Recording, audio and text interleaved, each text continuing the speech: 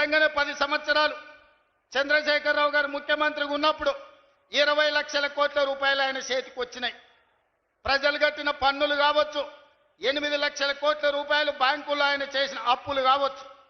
ఆనాడు అన్నాడు ఉమ్మడి రాష్ట్రంలో తెలంగాణ ఉద్యమంలో, ఉమ్మడి రాష్ట్రంలో సమైక్య పాలనలో సీమాంధ్రులు మన సాగునీటి ప్రాజెక్టులు కట్టలేదు, నిర్లక్ష్యం చేసిండ్రు, అందుకే పాలమూరు జిల్లా ఎడారిగా మారింది.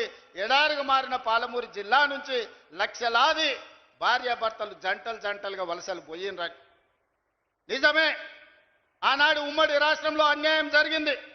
ఈ పక్కన కల్వకుర్తి మొదలుపెట్టి అక్కడ పెట్టి పోతిరెడ్డి పాడు ద్వారా వాళ్ళు తరలించకపోయినరు నీళ్లు.